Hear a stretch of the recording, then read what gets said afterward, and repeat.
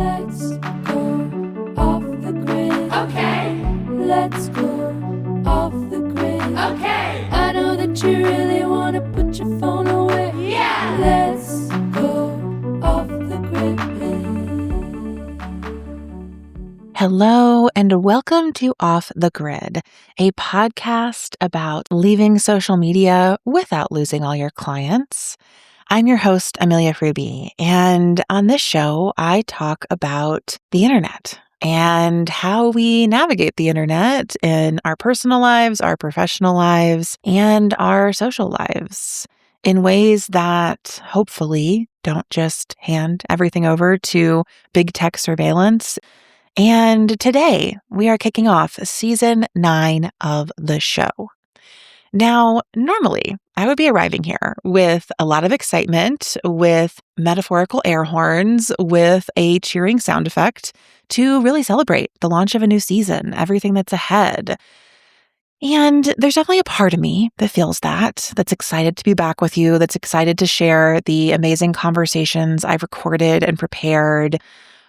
But there's also a big part of me that is struggling to come to the mic today because in the US, especially in the Midwest US where I live, we have been experiencing, for some of us, or like me, just witnessing the murders of US citizens by ICE officials, particularly in Minneapolis.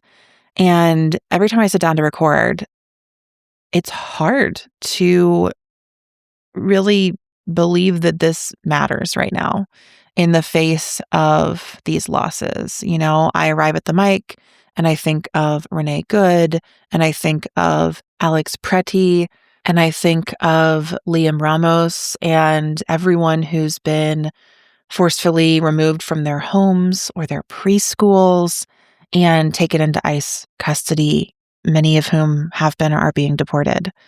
I can't stop thinking about them. And I don't think I have to. I think it's good to keep them in the front of my mind, to be reflecting on the horrible things that are happening right now, to be resisting them. I have been calling my senators, particularly this week, where there is a bill to defund DHS and ICE that's moving through the committees. I have also been donating to organizations and mutual aid funds in Minnesota to support their active and resilient resistance of ICE and Customs and Border Patrol in their city. And beyond that, I've just been watching and waiting, trying to regulate my nervous system, trying to make space to support the people I know who are on the ground in cities that are currently occupied by ICE, and also to get ready for if or when ICE comes to where I live.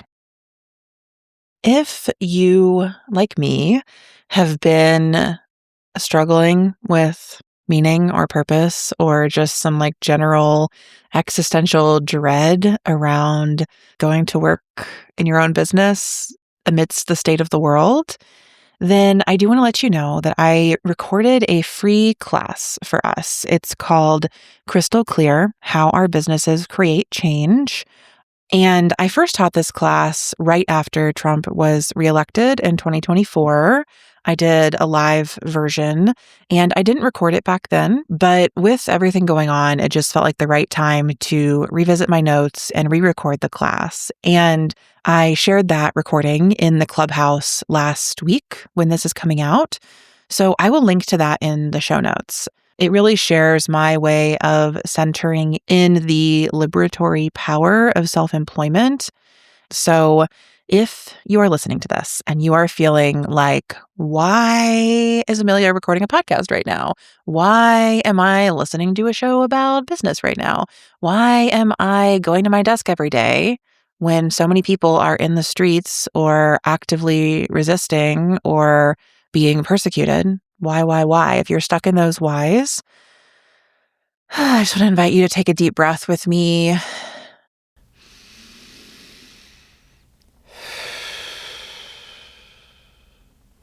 And then if it feels helpful, you can head to the show notes and grab that class for free. There's no email or paywall or anything. You can just watch it. And I hope that you find it supportive. Okay, with all of that still very much on my heart, I do want to welcome you to season 9 of Off the Grid.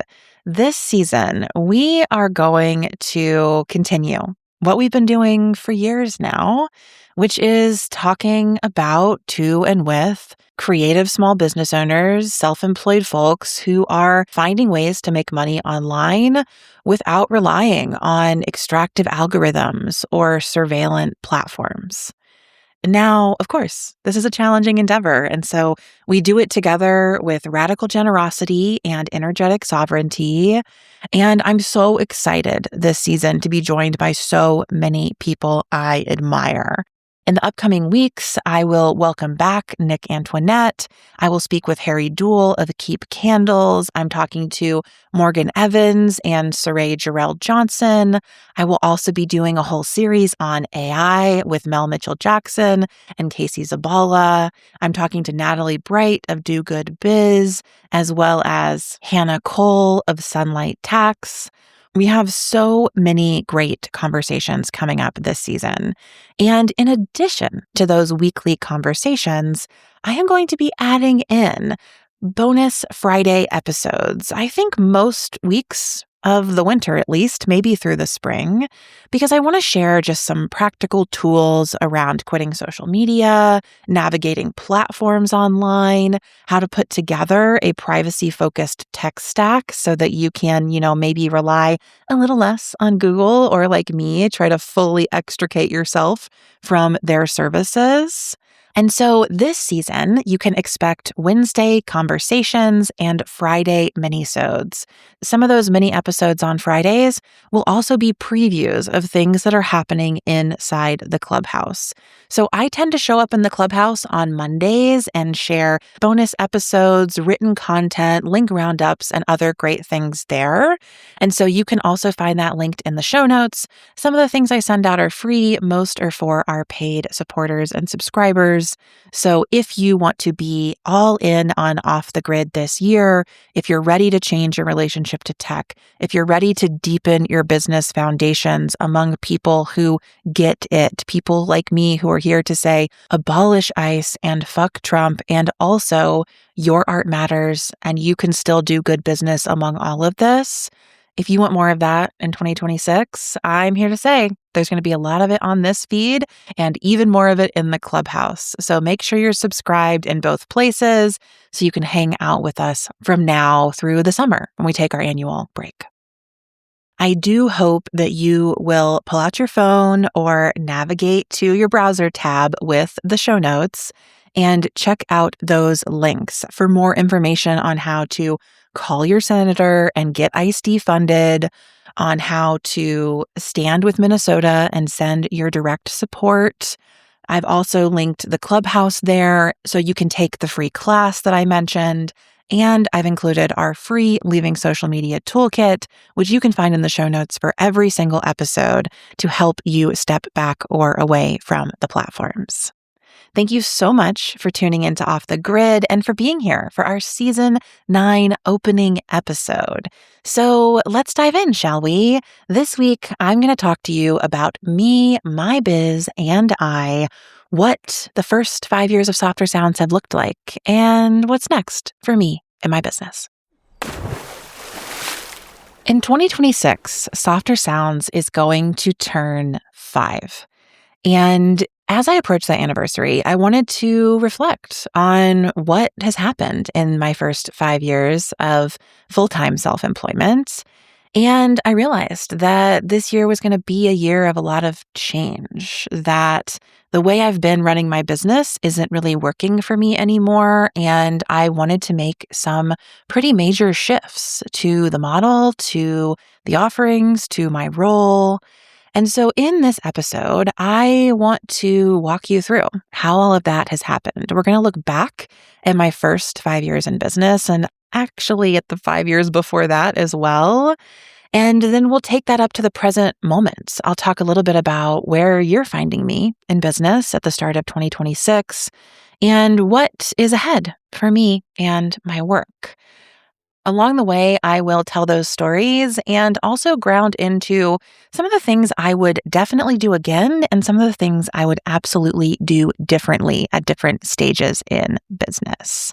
So this episode is for you if you really like how I built this with Guy Raz meets True Hollywood Story for a little bit of the drama. I don't actually think there's any drama, but it's also not quite as dry as how I built this episode. So here we go. How I built Softer Sounds. Let's roll it back, shall we, to the very beginning. I registered Softer Sounds, my podcast production studio, as a business in 2021. That means that this iteration of my work officially began 5 years ago, but I would say that my self-employment journey, my entrepreneurial mindset, started many years before that. I published my first ever podcast episode, the first public one at least, in 2015, which means that I have been podcasting for over 10 years. Back then, I was volunteering with a community radio station in Chicago, and they asked if I'd be interested in interviewing local bands for their features department. I said yes, and then afterwards I learned that that meant I had to create a podcast. At the time, I had no clue how to do that, but the beauty of this community organization is that they taught me. And within a few months, I was interviewing in our studio and at venues. I was editing the episodes together, and I was learning how to make podcast episodes. I did that for the next year or so, and then I got my first podcast editing client in 2017. So it took about 2 years between publishing my first episode and landing my first client. And when I look back at that time, I mean, your girl was skill building. I had no clue what I was doing. And I feel very lucky that my first client was a friend. It was actually my college roommate who had started a very successful business and had a podcast for it and just needed someone to edit the audio. And at that point, I could do that much. So she hired me and I started doing her episodes. Over the next few years, I built up freelance work as a side hustle. I added in more clients. They would recommend me to other people. It all happened through typically word of mouth. I also hopped on a few listservs to see when people needed editing support and chime in. And that sort of kept growing until in 2020, I made about $10,000 from freelance audio editing for those clients that I had met along the way. So before Softer Sounds ever existed, I had been podcasting for over 5 years, and I had already had a year where I made $10,000 from freelance editing. And I want to really underscore that because I think it can be easy to hear me talk about having been in business for 5 years and be like, wow, that happened so fast. But it only happened, quote unquote, fast because there was a whole other 5 years before that where I was building skills and practicing and sort of proving to myself that I could do this. I built a lot of self-trust in those first 5 years of practicing my craft. And I don't think that my business would have had the success it has had since then if I hadn't done that work first. So when I did start Softer Sounds in 2021, I wasn't starting from scratch. I had made money doing freelance podcast editing. And not only that, I also had a whole other creative practice going on that I'm going to talk about a little more later. But essentially what happened 5 years ago is that I had a personal brand and a hobby business. And I decided that I wanted to make that my full-time job.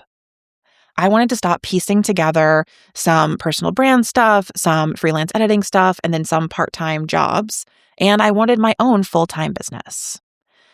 So if you're listening to this, trying to reverse engineer for yourself how might I start a business, I think it begins with finding a craft that you enjoy. For me, that was podcast editing, and practicing and building that up alongside other steady, stable work that can support you financially. I am not out here to tell people leap and the net will appear. I think that is true for some people, but it has not been my personal experience. And so I built slowly over time until I felt like, okay, this is substantial enough And at that point, I had some other life things going on where I was like, I can't work for these other people anymore.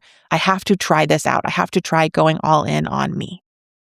So what happened when I decided to go all in on me, as I just said? Well, first thing I did was actually take a break. Going all in on me started with a few months of not working. It started with a summer sabbatical. And then from that place of rest, I was able to find the energy, the time, and the commitment to register my business and start working again. So when I went back to work, when I started Softer Sounds, the first thing I did was email 50 personal contacts to share my new studio with them. At that point in time, literally all I had was a PDF and a dream. Like, I sent emails in the summer of 2021 that were basically like, hi, hello, we met at this place this many years ago, and I have really admired what you've been doing with your career. And I wanted to share the news that I just started my own business. It's called Softer Sounds. It's a podcast studio.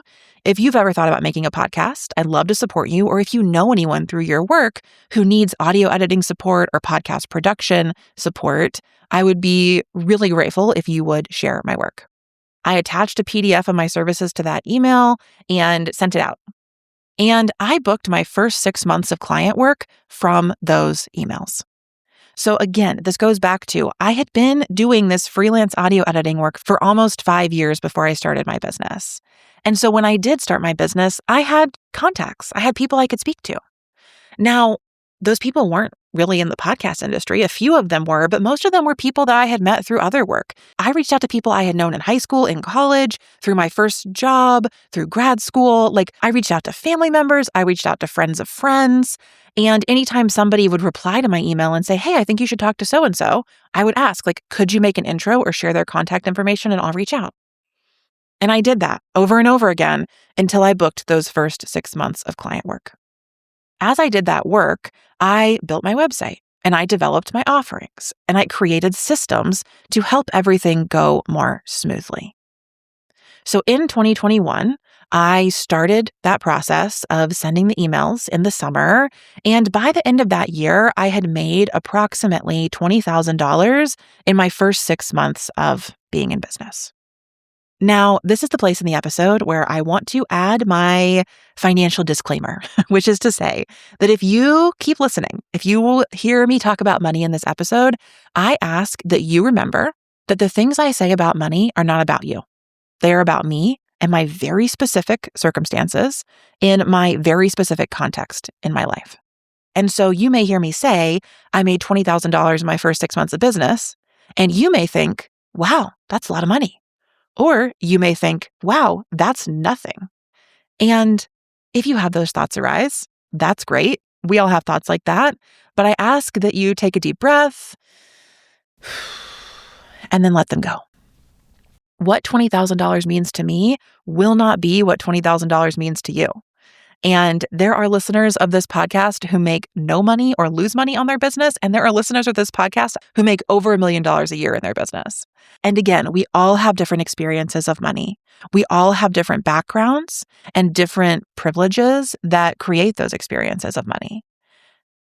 And so I share those numbers to be transparent because I do think it's important to talk about money when I'm telling you about my business and you're trusting me for educational purposes. Like, for that reason, I want to be transparent, but I am in no way saying that like what I have done is what you should do or is even replicatable by other people. So that's the disclaimer about money. Now let's get back to the stories. So we had just reached the end of my first 6 months in business. If we recap, I registered the business in the summer of 2021. I sent a bunch of personal emails, warm and cold, to share a PDF of my services and book my first 6 months of work. And at the end of those 6 months, I had made $20,000 from podcast editing. At that point in time, Softer Sounds only offered podcast editing and podcast launch support. Those were my two services when I started out. I would edit your episodes or I would help you launch a show. That was the thing. And that's what I did for the first 6 months. The next year, I expanded a little bit. I offered more advising services and I experimented with different marketing methods. I taught free classes. I taught in other people's programs. I put some ads in the industry newsletters and I asked for referrals over and over and over again. Through that, I slowly built up my clientele. And at the end of my first full year in business, at the end of 2022, I had made over $94,000 in revenue from Softer Sounds and our podcast editing services. The next year that kept growing, and the studio kind of peaked in 2024 when we made over $151,000 in revenue. Now, inside the Clubhouse, I will be sharing an episode where I actually really walk through those numbers, because I can tell you that when I made $94,000 in 2022, I had a lot more profit than when I made $151,000 in 2024. So the revenue in the business kept growing, but because of decisions I made to hire contractors, to set myself up in some different programs, like those were expensive things. And so just because my revenue grew didn't mean my profit grew. In fact, it declined over those years. So I was making more money, but I was spending more money in the process. And again, inside the Clubhouse, I really break all that down. I've recorded a video that sort of walks through the first 5 years of finances in my business. So if you're somebody who's like, I want to know the money details, you have to go to the Clubhouse for that. I don't put that here on the public feed. I just need a little more opt-in and privacy when I'm having those conversations. But for now, what I want you to know is I started pretty small in my first 6 months. I grew it to an almost six-figure business in my first year, and then that grew by another 50% by 2024. That's sort of the money arc for now. So looking back over those years, I want to offer a few key takeaways. When I revisited years 1 through 5 of Softer Sounds, I had a pretty clear question and goal for each year. In year 1, which is really, I'm thinking of as like the first 6 months of the business, my question was, will this work? My only goal was survival. Can I run a business that will financially support me? That was my only question. Because as I said, I had come out of a sort of side hustle freelance practice that was always supported by part-time jobs. And so when I transitioned into full-time self-employment, my only question was if it would work. Can I survive this way? And I stayed really close to that question for the first year. In years 2 through 3, my question expanded a bit from not just will this work, because I proved to myself it could work in year 1. But in years 2 through 3, the question was, how does this work? And my goal was to make money.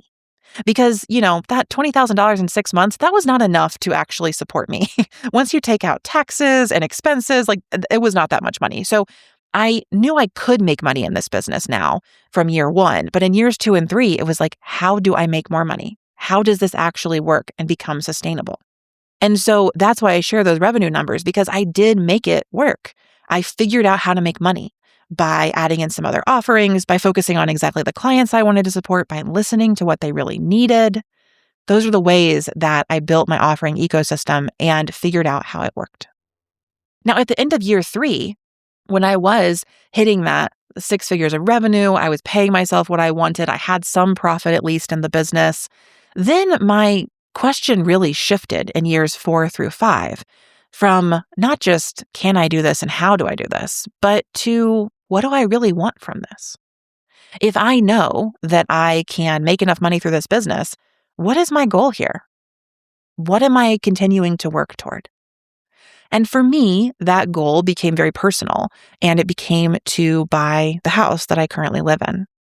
And so in years 4 through 5, I was really pushing toward, how do I have more profit in the business? How do I pay myself more such that I can take home some more money and set up secure housing as like a foundation for financial stability for me going forward? Again, I talk a lot more about that in the Clubhouse episode about money that will be coming out soon. So if you want to hear all about the money, head over to the Clubhouse, become a paid supporter, and I'll walk through the finances and how I bought my house and all those things there. But again, back to my money disclaimer, I don't actually think that's all that important. I think what we can root into here is these questions. I think year 1 for any business, the question is survival. Will this work? I think the next 2 to 3 years is really how does it work? How do I keep making money and sustain this? And then beyond that, once you figure out how to sustain your business, once it is sustainable, then you have to figure out what you really want from it.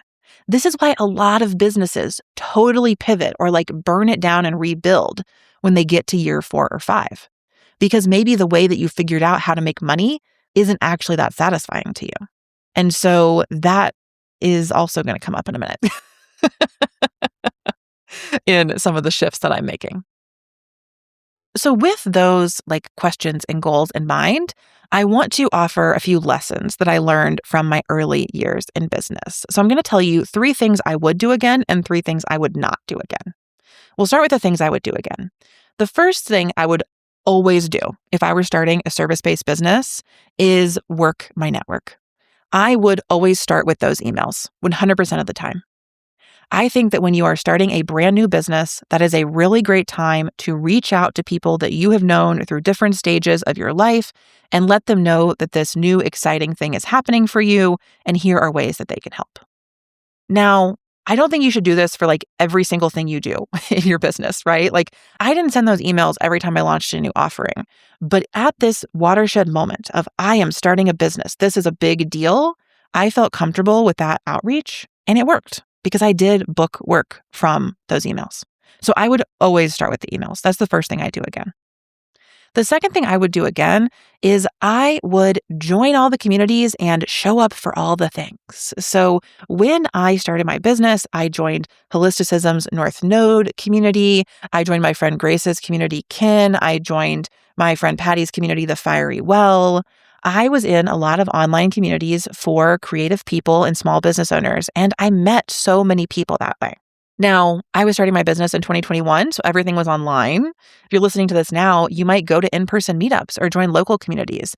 You also might join the North Node. It still exists. You might join the interweb and come hang out with me and all of the creative business owners that we've gathered.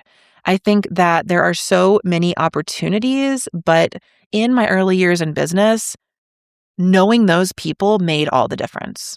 1, because I felt supported by my peers, and 2, because I booked work in those communities. When people learned I was a podcast editor and they liked how I showed up in the space that we shared, they wanted to hire me. And so that's the second thing I would do again. I would keep joining the communities and showing up for things. And I will say this can also apply to taking people's classes, going to their events. Maybe it's not a membership community you're joining, but just being an active part of online business life in the right spaces really benefited me and my business. And then the third thing I would definitely do again is I would absolutely build the systems I created in Notion again. My Notion systems really made running my business so streamlined, simple, and easeful for me and my clients. And I might even build some things a little earlier than I did. When I first started Softer Sounds, I didn't really know much about Notion. So those first 6 months, I was kind of piecing things together through PDFs and Google Sheets. I was really just trying to make it work. And then by my first full year in business, I was more set up in Notion. I was building different dashboards, and that helped so much. So I would definitely do that again. The bonus thing I would do again that I'll talk about more in a moment is I would also definitely start off the grid again. That was not a strategic plan in the business. Often people think that I started off the grid because I ran a podcast studio and I was trying to sell podcast stuff and I knew the podcast would sell stuff. That was not it at all. I started off the grid because people asked me a lot of questions about how my business was working without social media, and I wanted to just answer them one time and send that link to people. And then it became so much bigger than I ever could have imagined. And so if I was going back, I would follow that creative seed or spark again. I'm so glad I said yes to it, even though I didn't really have a vision for it or I didn't know how it fit in strategically. Now, there are plenty of other things that I would not say yes to again. Plenty of other creative sparks that I did not need to follow through on. So let's move into the 3 things that I would not do again. Number 1 is that I would not hire a VA from a VA company again. I did this in, I think, the first full year of my business. Maybe it was year 2. And the person I worked with was lovely. But I just found that when I was working with an agency, their systems were too big for what I needed, and it was too expensive for what I could afford at that time. Now, I did need support, so I definitely would hire support again. But I think that I kind of drank the online business Kool-Aid and was like, well, if I need support, I need to hire a VA. And I don't think that was exactly right for me. I think that I would have actually tried to find people who I could work with on a sort of project basis instead of an ongoing retainer. And I would have experimented more with that before bringing on support. So again, I'm not saying don't work with VA agencies. Some of them are great. I'm not saying I wouldn't hire again. I'm just saying that I don't think that was the right first move for me. It ended up being pretty expensive and I couldn't quite figure out how to utilize the support well. So I would not do that again. The second thing that I would not do again is I would not teach so many just like random free workshops to random industry people. So early on in my business, I taught quite a few like how to start your podcast in 2022 workshops. And I would advertise them through podcast industry newsletters. And I would get a lot of people who would come in from that. But I don't think I booked any client work from doing those things. I think that the topics were too general and the audiences were too industry focused. And the real value that I brought as a podcast editor had a lot to do with my values and my personality. And people in those spaces didn't care so much about that. If I were going back, I would be teaching those workshops in creative communities and small business communities. It's not that I wouldn't teach them, but I would teach them in different places. I don't think just like hosting them on my own and inviting people who are generally interested in podcasts was the best idea. I think I just spent a lot of like wheel spinning time doing free teaching for relatively little outcome in my business.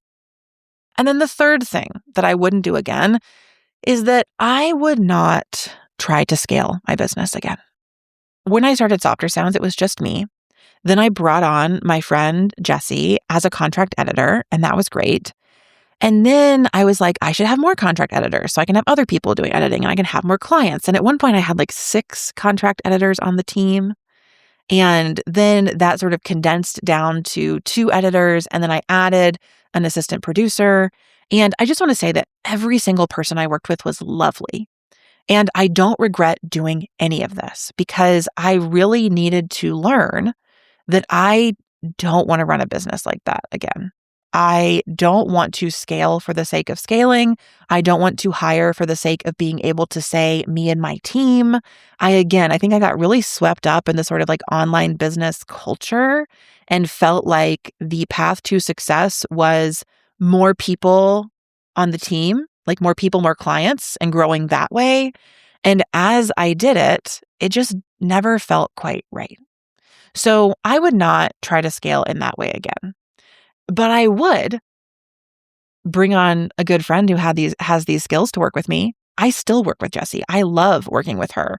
And so it's not that I would never bring on support or that I wouldn't grow in like specific ways, but I definitely would step back from that advice around scaling. It wasn't right for me and I didn't enjoy it. And I spent a lot of time stressing over running a team and a business that I didn't really like that much. So those are my 3 things I wouldn't do again. Just for a quick recap at this stage, the things I would do again is I would always send those 50 emails. I would always join communities, show up and be with my peers and potential clients. I would always get my Notion system set up and start off the grid, even though it didn't make sense. But I would not hire a VA agency so early. I would not teach those random free workshops without a clear sense of who might be in the room, and I would not focus on scaling. And that, my friends, is a recap of my first 5 years in business. I'm happy to report that I did achieve my 3 primary goals for my first 5 years of business, right? Year 1, survive. Years 2 and 3, make money. Years 4 and 5, buy my house. I did all of those things, including signing the closing papers on my home on January 8th of this year. So now I have met my big goal for Softer Sounds, and I'm asking myself, what comes next? What is my question and goal as I move into year 5 and beyond? And I have some fun answers to that. So we're going to take a quick break. And when we come back, I'm going to tell you about how I built Off the Grid alongside all of that and what I think is ahead for me in 2026. Hey there, lovely Off the Grid listener. We're taking a quick break from this episode because I want to make sure that you know that you can become an Off the Grid sponsor and share your work here on the podcast during a mid-roll ad like this or in a pre-roll ad that airs before every single episode on our feed.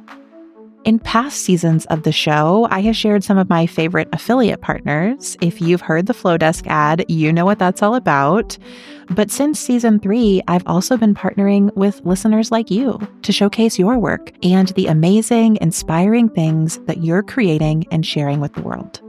I know I don't have to tell you this, but Off the Grid listeners are smart, fun, values-centered business owners who create and share impactful things on and offline. We are writers, artists, designers, wellness practitioners, service providers, shop owners, and product makers who know a lot about our craft, but need more support making the business side of things thrive. If that sounds like the kind of crew that you want to get your work, your products, your services, your books, your free lead magnets in front of, I hope that you will head to the show notes and learn more about placing an ad on the podcast today.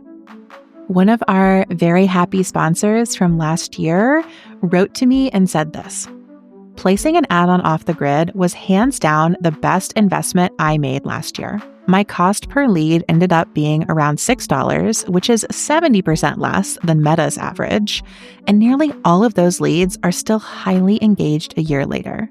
On top of that, many have become customers, bringing in over 13 times the return on my investment."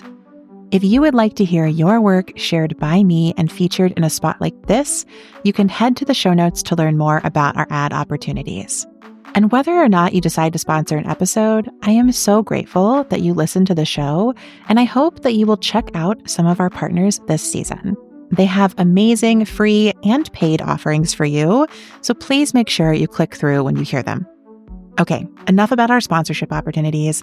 Let's go ahead and dive back in to this episode. Okay, so when I left off 3 minutes ago, I had just told you that in my first 5-ish years of running Softer Sounds, I had reached all of the goals that I had set myself. And I was asking, what's next? Now what? What do I do from this point on?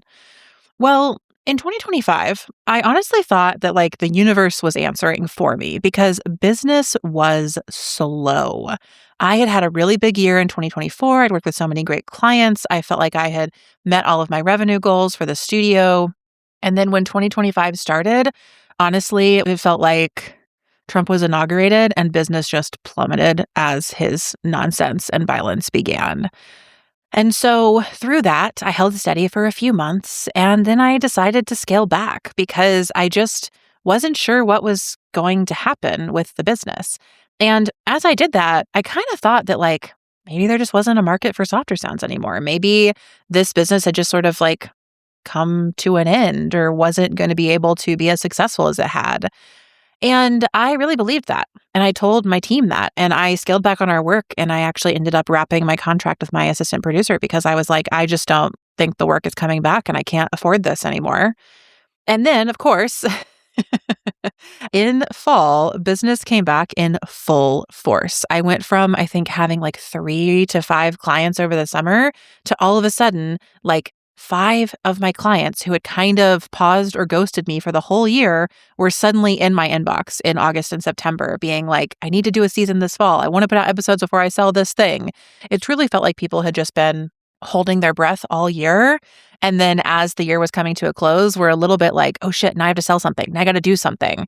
And hence they ended up back in my inbox. So in the fall, I ended up editing a ton of episodes for clients with less support than I had had before because after 8 months of paying people and trying to help support them financially when I just didn't have the work for it, I had said, okay, we can't do this anymore. And then, of course, the work came back right after those people were on to their next gig or thing. So what do you do at that point? Well, it seemed pretty clear to me that there were kind of 2 paths. One was that I could look at all this work coming back and take it as a sign that Softer Sounds could be stable and grow again. I could recommit to the business and just keep going. But as I was doing that editing, it just felt very clear to me that I did not want to take the growth path. In fact, I wanted to keep scaling back. I wanted to really ask myself if I wanted to run a podcast production studio at all. And that wasn't just a mental thing. It wasn't just like a train of thought I had. It was also very clear that my body was telling me no to doing so much more editing work. My migraines returned, my carpal tunnel was really hurting, and I was having nerve pain in my hand. And no amount of ergonomic adjustments has really helped fix it. And so, with the help of my friend Nick, who you'll hear on the podcast next week, I was talking to Nick about this, and they kind of honestly just like biz friend coached me into deciding to take a 6-month sabbatical from the business.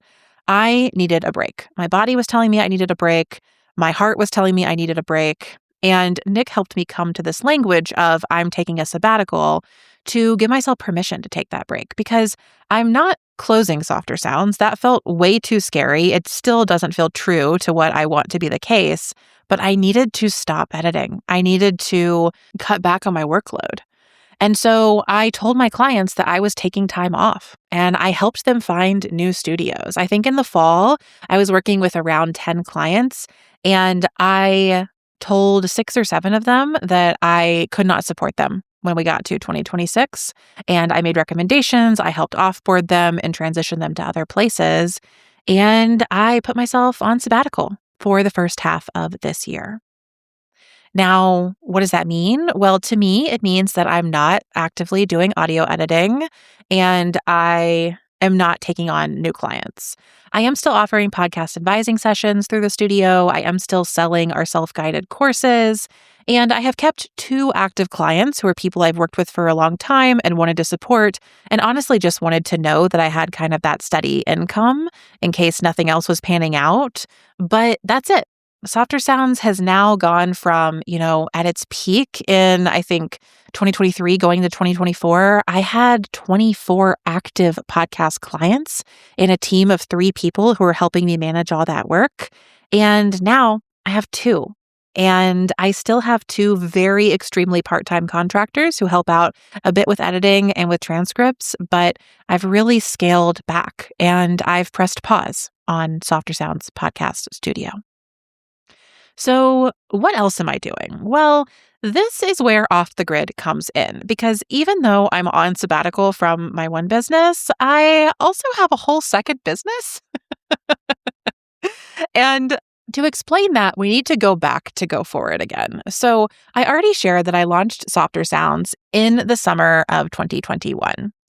And I decided to start Off the Grid the following year, and I launched our first season in the spring of 2022.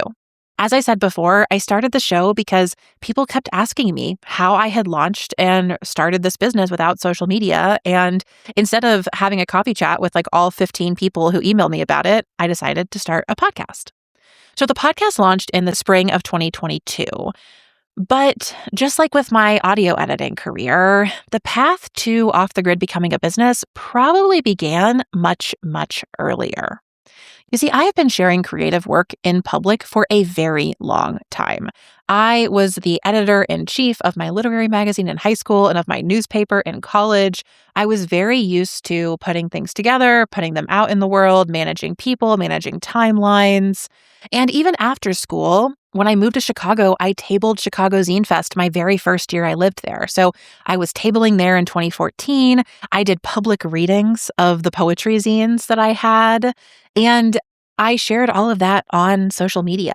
I think I started my first sort of content campaign on my Instagram profile in early 2016, and I published my first newsletter in late 2016. And that means that I have been publishing newsletters and content on the internet for at least a decade now. Beyond that, I was hosting feminist creative consciousness raising groups in Chicago in 2018. I self-published my first book in 2018. I got a book deal for that book and republished it with a traditional publisher in 2020. During that time, I also had another podcast called 50 Feminist Dates that I did 2 crowdfunding campaigns for and raised over $13,000 to bring that show to life. So there were 7 years of active content creation, event hosting, sharing, and selling in public before I ever launched Off the Grid.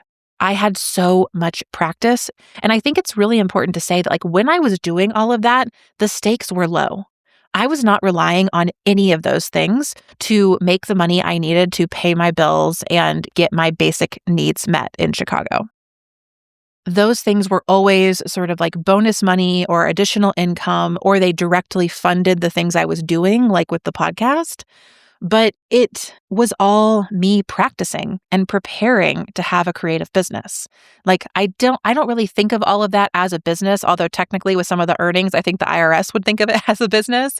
But to me, that was all practice for what eventually became my business. And it was practice and experimentation, again, when the stakes were low, because it's much easier to experiment in that place when everything feels like a bonus and failure doesn't feel so intense. That's much easier than when I'm trying to experiment now and it feels like my car insurance depends on it, my grocery bill depends on it, my other expenses depend on it, right? And so I don't think that Off the Grid or Softer Sounds would have had the success they did in the first few years if I had not been practicing for so long before that. So with all that background, let's get back to the launch of Off the Grid. I launched Off the Grid in spring of 2022. I started publishing in March of that year, and I ran my first season through August. And then at the end of August, I hosted my first event. So I wrapped up the first season of Off the Grid by selling The Refresh, which was a 3-day workshop series where I helped people map their creative marketing ecosystems. I loved teaching that workshop, and it was such a fun way to wrap the first season. But at the same time, if I'm being perfectly honest, after season 1, I wasn't sure I was going to keep going. Because my first few episodes, they were getting less than 100 downloads in their first week of being published. I felt like I really had something to say and the show was really great, but it just didn't feel like people were actually tuning in. And at that time, I was in the business of selling podcast editing. I wasn't trying to sell anything through this podcast, so why keep doing it if I didn't really see it having an impact? Now, luckily for me, I told my friend Taylor about this, and Taylor said, Amelia, you have to keep going. I think you're a little bit ahead of the curve, and if you do this another year, people will get it and they will be excited. And Taylor was right. She was so right. Because when I came back for the second season in the spring of 2023, I saw an immediate jump from episodes getting less than 100 downloads in the first week to episodes getting more than 300 downloads, more than 400, almost 500 downloads in the first week. I think that was for a few reasons, largely because I got to be a guest on Holisticism's 12th House podcast, and that brought a bunch of listeners to the show. I think that also introduced me to Cody Cook Parrott, who shared my work in their newsletter many times that year, and that helped the show grow so much. So I think that the initial growth of the show really was because, one, I was practiced at what I was doing. The show was good. I had put in my, 10,000 hours elsewhere before I launched Off the Grid. And then I had built relationships. The reason I was on the 12th House podcast is because I was a member of their community. I had been hired to edit their show. And then they were like, oh, you have this great other podcast. We'd love to have you on. The reason Cody was excited to share my work is because even though we didn't know each other then, I had taken Cody's classes. I wasn't a total stranger to them. We had shared Zoom rooms before. And so that relationship building I'd been doing, mostly for Softer Sounds, and also because I loved these people's work, then sort of, I don't want to say paid off because that feels transactional, but it was just all amplified when I was really in my lane creating great work too. And that way of working where I'm just building relationships, being with people, sharing good work, and sharing other people's work in the process, it just kept paying off. A year later, I hired my friend Lauren of Tink Media, which is a podcast marketing company, to do some speed pitching for me, which is where we had a 1-hour meeting talking about my show and the goals. And then she opened up her podcast Rolodex and pitched me as a guest for 10 or 15 shows that she thought I'd be a good fit for. And I booked on a lot of them. And that was the beginning of more audience growth. Now other podcast listeners knew about the show and they came to Off the Grid. Lauren from Tink also pitched me to another Lauren who was the producer of We Can Do Hard Things. And I was on Lauren's own podcast around that time. And then a year later, I got to be a guest on We Can Do Hard Things because Lauren remembered our great conversation and told Glennon and Abby that they just had to talk to me. And so I want to acknowledge that like some of this is just luck and magic, and feel so grateful it turned out that way. But also it was very intentional relationship building, showing up for other people, putting in the time to hone my craft, and then keeping going so that by the time people heard about the show, it was still around. I had to stick it out. If Taylor had not been there to tell me to keep making the show, when all these other people found it, it would have been over. And so again, it's just those relationships, it's that craft, and it's that staying in the game. If I had to pick 3 keys to success for Off the Grid, that's kind of what I would pick. Now, that's the journey of Off the Grid's podcast growth. But alongside that, I have also developed these offerings so that Off the Grid could really be a business, because I didn't just want to run a podcast, and my audience isn't big enough to make a full-time living or even really that much money from just podcasting. So I already mentioned that at the end of the first season, I taught the 3-day workshop series, The Refresh. I did that again at the end of the second season. And after I sold it the second time, I really wanted to do something that was more ongoing. I loved gathering with Off the Grid listeners, and it just felt like this 3-day series like wasn't enough. Like I wanted more. So once again, I was talking to Taylor about it, and we brainstormed like, how could I create some type of ongoing community or membership that Off the Grid listeners would love, and also that was relatively low lift for me, because at that point in time, I was running Softer Sounds and it was very busy. And so I couldn't just spin up a whole second business because I didn't want to work 60 hours a week.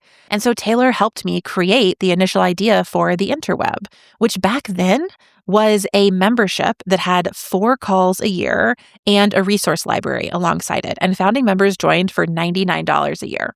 I still have some of those founding members inside the interweb, and they are now getting like 3 to 4 calls a month for that same price, right? They were getting 4 calls a year back then. But I really appreciate that like they were with me when the show was just getting started. They were willing to buy in at that early stage. And I think that's another thing that's been really nice about the way that I've been able to grow Off the Grid is it's been slow, it's been steady, it has evolved as I have had more space for it. And I feel like the people who have been there from the beginning, like they also get to benefit from that. And that lifetime pricing is part of how I sort of pay it back to pay it forward, if you will. After the interweb was up and running for, I think like 6 to 9 months, I launched the Clubhouse, which was something I came up with in conversation with my friend Nick, because I wanted to make more episodes of the show, but it just felt like I didn't really want to put more than 1 a week on the public podcast feed back then.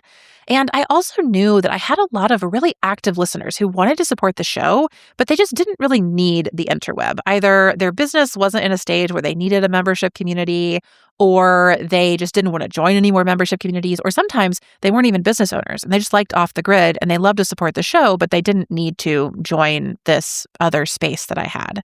And so I launched the Clubhouse so I'd have space to make more episodes and so people could support the podcast if they really enjoyed it. So just to pause and recap there, I launched Off the Grid in 2022 while I was running Softer Sounds as a full-time business. That meant that I had to grow it slowly. So a year and a half later, I launched the interweb. A half year after that, I launched the Clubhouse. Throughout that time, I was experimenting with some paid ads on the podcast feed. And then in fall of 2025, I launched my book. And that became a really big, I think, like watershed moment I'm realizing for the business. I think that launching the book, even though it honestly wasn't like quite the success I had hoped or dreamed it would be, it did help my ideas spread to people who maybe weren't going to listen to a podcast every week. And so now at the start of 2026, the interweb has more than 200 active members. The Clubhouse has over 130 paid subscribers, and my book has sold over 350 copies. Those things together with a small boost of revenue from selling paid sponsorships on the podcast make up the business ecosystem of Off the Grid. And those are things that, again, were launched one at a time as the show grew, as the excitement grew, and as my capacity to work on Off the Grid grew. the interweb could not be as big as it is now if I was still running softer sounds at the scale that I was in 2024. It just wouldn't work. I couldn't do them both because I'm not willing to sacrifice my well-being to be working that much. I felt like I did that already for too long in certain ways, and I wouldn't do it again.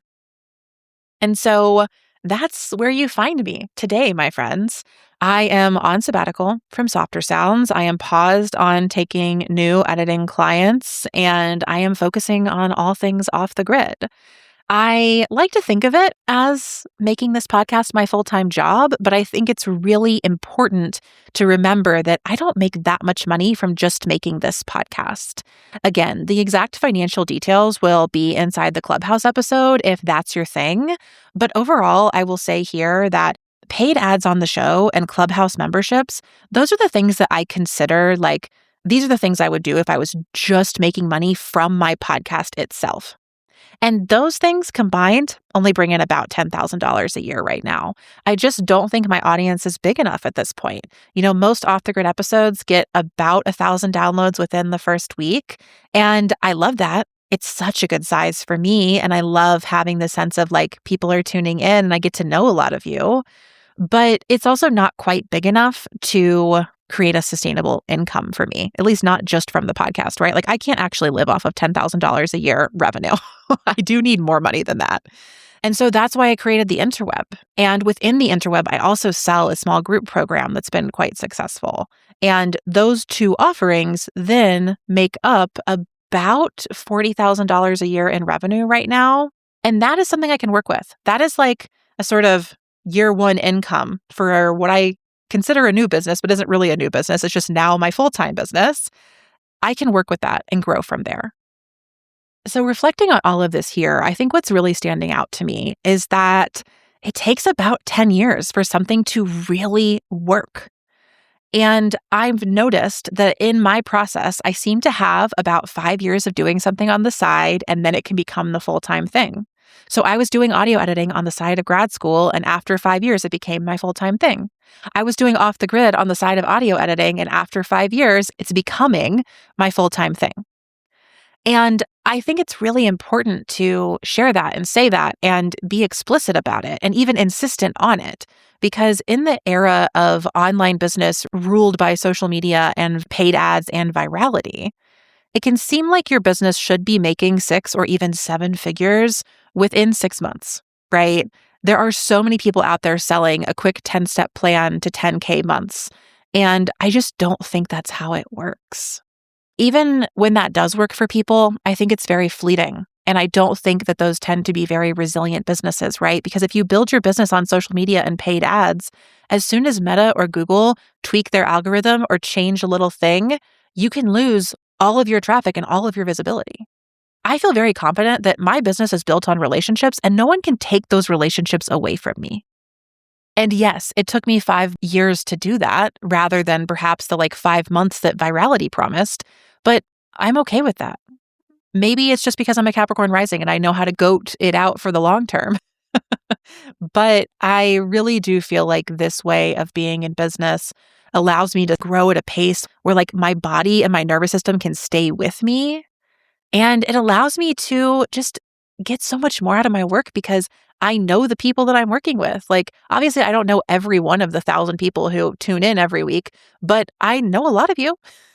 And I know over 200 people who are in the interweb who are listening. I know over 130 people in the Clubhouse who are listening. And that feels really good to me.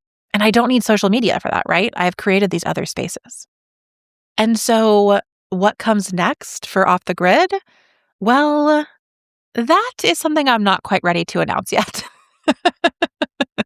In some ways, because I can feel the striver in me trying to reach for the next big goal. I can feel that voice inside me or the part of me that's like, you're going to write another book. You're going to launch a huge program. You're going to do this. You're going to do that. And that voice is coming up with a lot of big ideas. But honestly, I think that this year is not about the big ideas and the next big thing yet. I think that this is really going to be a sort of in-between year for me. I need to sit with being on sabbatical and see how I really feel about that. I need to stabilize the offerings I already have in the off-the-grid ecosystem and really hone those so they feel good before I create anything new. And then I am going to be making some changes. I do plan to move the Clubhouse off of Substack this year. More on that coming soon. And I am working on not a book, but a new zine based on my Are You a Business Owner or an Artist or a Secret Third Thing episode. I also have some fun pet project ideas, some things I want to do just for the joy of them again. And so I'm holding myself back from any big goals. Honestly, I want to enjoy this place where I've landed. I want to appreciate the fact that I have hit my 10-year mark of audio editing, and maybe I'm ready to retire from that. I want to appreciate the fact that I've hit 5 years of Off the Grid, and now it is its own full-time job. I want to be in this space before I push toward anything else. And honestly, that felt really good at the start of the year when I decided it, and it feels really necessary now that we are almost at the end of January and we're seeing all of the awful things happening in the US. I just feel like my energy is needed elsewhere. I want to be out in the world supporting people. I want to be resisting. I want to be calling my senators. I want to be donating my time and energy to local mutual aid networks. I think that this is a really good time for me to pause parts of my business, maintain in other places, and then allow my life beyond my business to become more of a focus. I've definitely spent the last 5 years really focused on those goals of survival and financial stability. And I think it's really important now to recognize that I've arrived at that and I don't have to keep pushing. I don't have to keep striving. I actually have enough. All right, friends, that felt like a lot. Did that feel like a lot to you? I'm going to take a deep breath for all of us.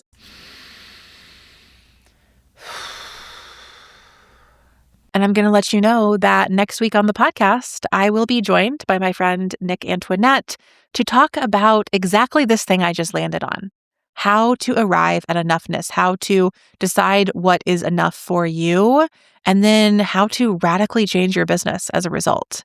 Nick has made some very big changes with their business over the past 2 years, and we're going to hear all about them and talk more about business degrowth as a strategy for really rooting into enoughness and exactly what that means for you and your specific circumstances.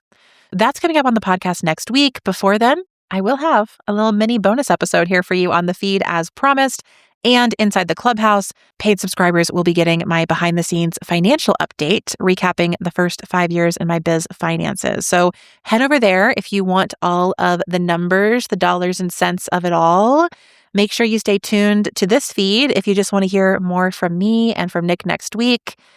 And for now, I just want to say thank you one more time. And I want to send you to the show notes to get that link to my free class on how your business can create change, to get the link to support and stand with Minnesota, to get the link to call your senators and demand that they defund DHS and abolish ICE. And as you do all of that, I just send you a huge hug, so much love, so much care. And until next time, I will see you off the grid. I kinda hate social media, feeds on my brain like a bacteria. If you read my Wikipedia, it'll say I kinda hate social media.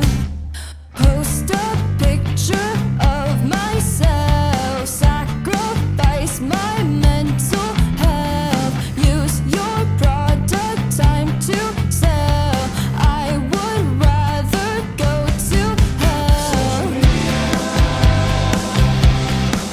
Do you like this? Leave a comment. Can you share this? Will you wear this? Do you like this? Leave a comment. Can you share this? Will you wear this?